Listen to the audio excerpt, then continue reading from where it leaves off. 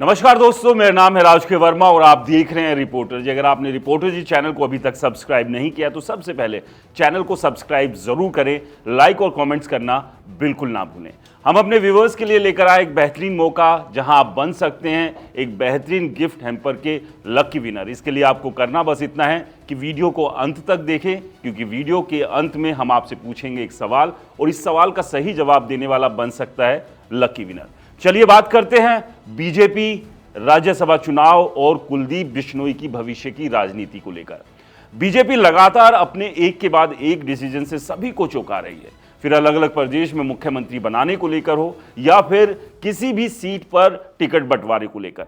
हरियाणा में राज्यसभा सीट पर चुनाव होने हैं। इस राज्यसभा की सीट के लिए बीजेपी किसे उम्मीदवार बनाएगी, इसे लेकर अलग अलग कयास लगाए जा रहे थे। एक लंबी चौड़ी नामों की लिस्ट थी जिसमें कुलदीप बिश्नोई, मोहनलाल बड़ोली, संजय भाटिया, सुनीता दुग्गल, कैप्टन अभिमन्यु और भी कई नाम इसमें शामिल थे। सभी को लेकर यह कयास थे कि इन्हीं में से किसी एक की लॉटरी लगेगी और वो राज्यसभा बीजेपी की तरफ से जाएगा।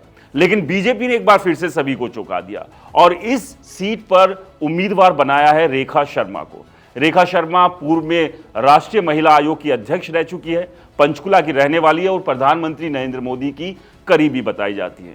और अब इस राज्यसभा सीट पर वो उम्मीदवार है बीजेपी की।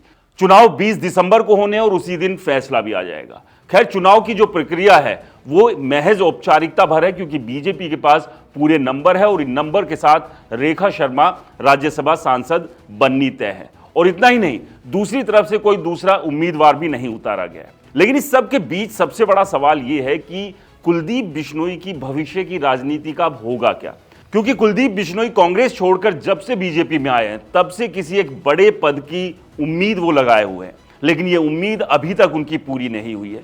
अभी लोकसभा चुनाव हुए, उन्हें उम्मीद थी कि हिसार से बीजेपी उन्हें उम्मीदवार बनाएगी और टिकट देगी, लेकिन ऐसा नहीं हुआ। इसके बाद दीपेंद्र हुड्डा ने अपनी राज्यसभा सीट से इस्तीफा दिया। यहां एक बार फिर से उम्मीद बनी कि शायद बीजेपी उन्हें राज्यसभा भेज दे। लेकिन कुछ रोज पहले ही कांग्रेस छोड़कर बीजेपी में शामिल हुई किरण चौधरी को बीजेपी ने राज्यसभा भेज दिया, लेकिन इस बार भी कुलदीप बिश्नोई का नंबर नहीं लगा।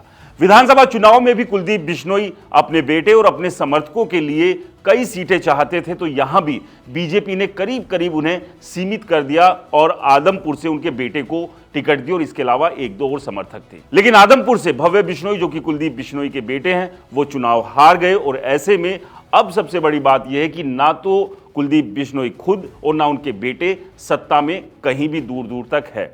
और इस सब के परे अब एक आखिरी उम्मीद कुलदीप बिश्नोई के लिए इस राज्यसभा सीट की थी। इसको लेकर उन्होंने दिल्ली, हरियाणा हर जगह दौड़ लगाई। हाल में उनकी अमित शाह, जेपी नड्डा, मनोहर लाल खट्टर के साथ भी तस्वीरें देखने को मिली। मनोहर लाल खट्टर, जिनके साथ लोकसभा चुनाव के बाद उनके रिश्तों में थोड़ी सी तकरार आ गई थी, क्योंकि मनोहर लाल खट्टर ने लोकसभा चुनाव के दौरान कैंपेन में भजन लाल को लेकर एक विवादित बयान दिया था और उसके बाद से ही कुलदीप बिश्नोई ने मनोहर लाल खट्टर से अपनी दूरियां बनानी थी। लेकिन राज्यसभा जाने के लिए उन्होंने इन दूरियों को भी कम किया और मनोहर लाल खट्टर के साथ हाल ही में उनकी तस्वीरें भी देखी गई। और उसके बाद से ये कयास लगाए जा रहे थे कि बीजेपी, जिसने कुलदीप बिश्नोई को लगभग दरकिनार कर दिया है, एक बार फिर से उठाकर किनारे पर बैठाएगी, यानी कि राज्यसभा भेजेगी। लेकिन इस बार भी कुलदीप बिश्नोई को कुछ मिला तो वो बड़ा झटका ही मिला। अब क्या कुलदीप बिश्नोई करेंगे? क्या वो बीजेपी छोड़कर कांग्रेस में जाएंगे?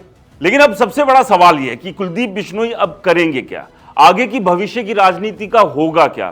क्योंकि बीजेपी में जिस तरह के मान सम्मान, कद और पावर की वो उम्मीद रख रहे थे, वो तो बीजेपी ने अभी तक उन्हें दी नहीं है। तो क्या वो बीजेपी छोड़कर कांग्रेस की तरफ जाएंगे? और अगर कांग्रेस वो जाते हैं तो क्या कांग्रेस में उन्हें वो सब मिल पाएगा जिसकी वो उम्मीद रखते हैं? क्योंकि इससे पहले भी कांग्रेस में जो उनके साथ हुआ वो कुछ इसी तरह के हालात थे। आखिर में जब उन्होंने कांग्रेस छोड़ी थी तब वो इस इंतजार में थे कि राहुल गांधी उन्हें मिलने के लिए बुलाए और उनकी नाराजगी को दूर करे ताकि वो कांग्रेस में ही रहे। लेकिन वहां ऐसा कुछ हुआ नहीं था। और अब एक बार फिर से बीजेपी में भी वही कहानी कुलदीप बिश्नोई के साथ दोहराई जा रही है।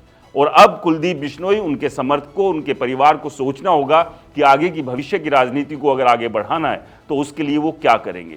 क्या अभी शांत रहकर बीजेपी में ही रहेंगे ताकि आने वाले कल में बीजेपी का शीर्ष नेतृत्व उन्हें जिस तरह से दरकिनार किया हुआ है उंगली पकड़कर राजनीति के उस किनारे पर बैठाने की कोशिश करेगी जहां से वो एक लंबी उड़ान भर सके।